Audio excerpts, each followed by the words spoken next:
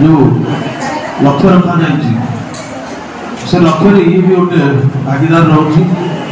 ता संगे संगे आम ओडिया संस्कृति परंपरा आम समाज में जो गोटे रुचिकर खाद्य जहाँ जो खाद्य की गोटे पारंपरिक खाद्य बोली कहुए जमी आरिसा पिठा हो कि बरा हो पकुड़ी हो अनेक खाद्य अच्छी जोटा कि आम ओडिया हिसाब से आम गोटे पारंपरिक खाद्य कही या विशेष करके मुझे यहाँ एक्चुअली मुझे कहबी जहाँ तहसीलदार महोदय कहले मो जज अच्छी मो देखी किए भल कर निश्चित फास्ट प्राइज पाइब कि मुझे यहाँ प्रतियोगिता नुह ये गोटे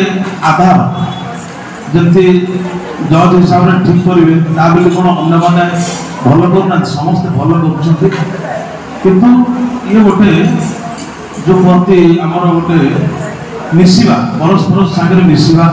एकाठी होकर रोषे करवा एकाठी गोटे समस्ते देखो आज यहाँ गोटे भल दिन मुझे कहबी पवित्र दिन आज अनेक ब्लॉक ये भाव में होती गला निजी ब्लॉक में एठी जो गोटे भौणी प्रति भौणी जो स्नेह ममता जो आचार व्यवहार जो मिसिबा ये सब ये खाद्य सागर जड़ित होकर रही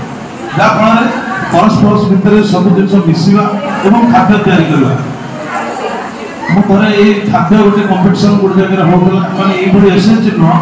अन्य मैंने करुले मुझे गोटे कथा कही ये जो खाद्य तैयारी हो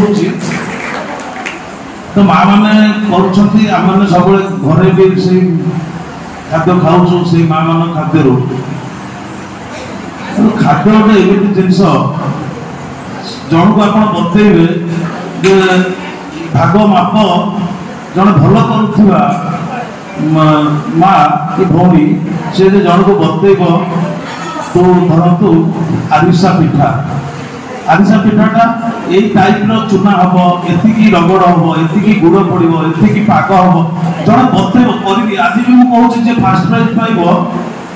से बतइब जन को किसी हाथ मारनी से हुए तो करुवा फास्ट प्राइज पाई लोक टिके गुण में कम हम कहीं ये हाथ गोटे जादू था यहाँ आप माँ मैंने भौण मैंने अच्छा से अनुभव करुले से खाद्य को बतइले भी हम जन जन हाथ थी से हाथ मारदेले से मन को भल हो जहाँ आम अनुभव करूँ कहीं जो कहते पर तीण भल जो घर मान तीण खाइले भल लगे पड़ोसा तीण आसिले भल लगे तेणु ये आज किए फास्ट प्राइज पाइब किए सेकेंड प्राइज पाइब किए थर्ड प्राइज पाइब से बड़ जिन नुह आज प्रोग्राम समस्त को एकाठी पारा से हूँ बड़ जिन तो से जो एकाठी होगी जो आनंद कले आज निश्चित भाव में बहुत खुशी अच्छी मुझे भावी नी मुझे प्रथम प्रोग्राम बोधे प्रथम सरकार प्रोग्राम है मु पहुँचली आपण विश्वास करेंगे कि नहीं मुझे एक्चुअली मो विश्राम नहीं भाभी आसनी मो मैडम को फोन कली मुझे पारासीटामोल मेडिसिन खाई ज्वर बोलते मो मत कहले आगे समस्त अच्छा आप आईना आम उत्साह बढ़ मो बाध्य आसली क्या भी कहनी मो हठात आसबी ना मोर ठीक ना और मुझे ये आसबी कंटा निया ब्लॉक न जी से आहरी असुविधा मुझे निया ब्लॉक बर्तमान जी तेणु आपण मैंने यही भाव में समस्ते मिलमिशी करूँ मुझे दिन तले ये जगह गोटे मीटिंग होता मोर एसएचजी भौणी मान सागर मुझे गोटे कथा कही जदि चिंताधारा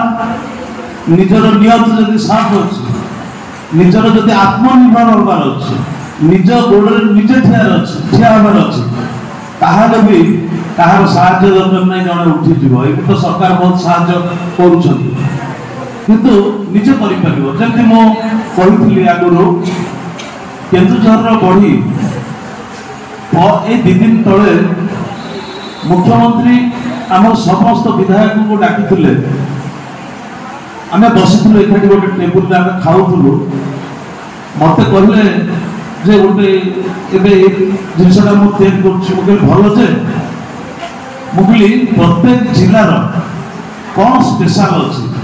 ସେଇଟାକୁ ଆକ୍ଚୁଆଲି ଓଡ଼ିଶାରେ ଅଗ୍ରାଧିକାର ଦେବାର ଅଛି। ଯେହେତୁ ମୁଁ ତାଙ୍କରି ଜିଲ୍ଲାର ଉଦାହରଣ ଦେଲି, ମୁଁ କହିଲି ଆଜ୍ଞା ଆପଣଙ୍କର କେଉଁଝର ଜିଲ୍ଲାରେ ବଢ଼ିଟା ହେଉଛି ଓଡ଼ିଶାର ଫେମସ୍। ସେ ବଢ଼ି ଆଉ କୋଉଠି ତିଆରି ହେଇପାରୁନି, ଯେତେ ତିଆରି କଲେ ବି ସେ କେନ୍ଦୁଝର ବଢ଼ି ତିଆରି ହେଇପାରୁନି। ମୋତେ ପଚାରିଲେ କେମିତି, ମୁଁ କହିଲି ଆପଣ ତ ଜାଣିଛନ୍ତି କେନ୍ଦୁଝରର ଯେଉଁ ବିରି, ସେ ମାଟିର ଯେଉଁ ବିରି ଅଛି, ସେ ବିରିର ଯେଉଁ ଅଂଶଟା ଥାଏ ସେଇଟା ହିଁ ଭଲ ହୁଏ। ସେମିତି କଟକର ଦହିବରା ଆଳୁଦମ୍ ଓଡ଼ିଶାରେ କେହି ତିଆରି କରିପାରିବେ ନାହିଁ। ପୁରୀର ରସଗୋଲା ସମସ୍ତେ କହନ୍ତି ସାଲେପୁର ରସଗୋଲା, କିନ୍ତୁ ଆକ୍ଚୁଆଲି ରସଗୋଲା ପୁରୀରୁ ହିଁ ଆରମ୍ଭ ହେଇଥିଲା। ମହାପ୍ରଭୁ ଜଗନ୍ନାଥଙ୍କର ଭୋଗ ପାଇଁ ହେଇଥିଲା, ଯୋଉଟାକି GI ଟ୍ୟାଗ ପାଇବ। ତ ବହୁତ ଅଞ୍ଚଳର ଯେମିତି ନୟାଗଡ଼ର ପୋଡ଼, ନୟାଗଡ଼ର ମୁଗ, ତ ବହୁ ଅଞ୍ଚଳର ଅଛି। ମୋତେ ହସିକିରି କହିଲେ ତୁମେ ତ ନିଜେ ମୋତେ କହୁଥିଲ ଅବ୍ୟବସାୟ କରୁଛ, ଏଠି ରାଜନୀତି କରୁଛ, ଏତେ ଜିନିଷ ଜାଣିଲ କେମିତି? ମୁଁ କହିଲି ଆଜ୍ଞା ମୁଁ ପ୍ରତି ଜିଲ୍ଲାକୁ ବୁଲେ, ମୁଁ ସେ ଜିଲ୍ଲାର ବୋଲେ ନା ଭଦ୍ରକର କ'ଣ ଫେମସ୍ ମୋତେ ପଚାରିଲେ, ମୁଁ କହିଲି ଆଜ୍ଞା ପାଳୁଅ ଲଡ଼ୁ। ଆପଣଙ୍କର ଆପଣ କଟକରୁ ଟିକେ ଆଗକୁ ପଡ଼ିବେ ଟାଙ୍ଗିର କାକରା ଆପଣ କୋଉଠି ଓଡ଼ିଶାରେ ପାଇବେନି। ତ ଖାଦ୍ୟ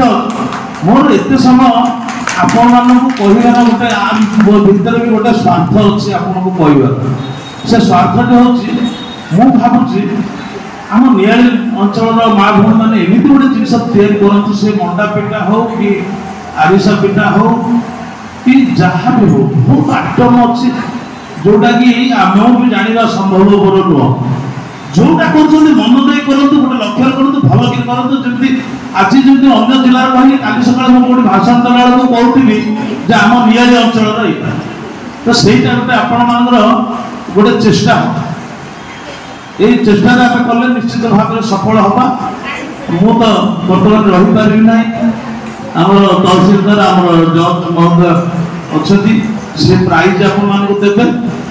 ସେ ଯାହାକୁ ପ୍ରାଇଜ୍ ଦେବେ